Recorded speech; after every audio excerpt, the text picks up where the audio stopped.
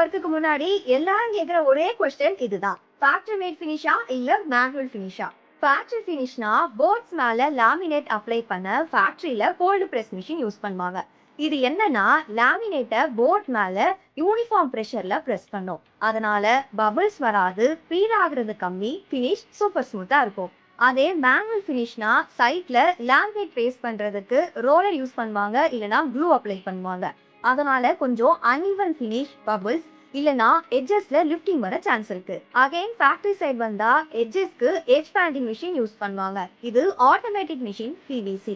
Edge பேண்டை board எட்ஜஸ்ல heat and pressure use பண்ணி டைட்டா ஸ்டிக் பண்ணும். எக்ஸ்ட்ரா மெட்டீரியல் ட்ரிம் பண்ணி கார்னர்ஸை ஸ்மூத்தா பாலிஷ் பண்ணும். So result clean edges, no gap, no shipping.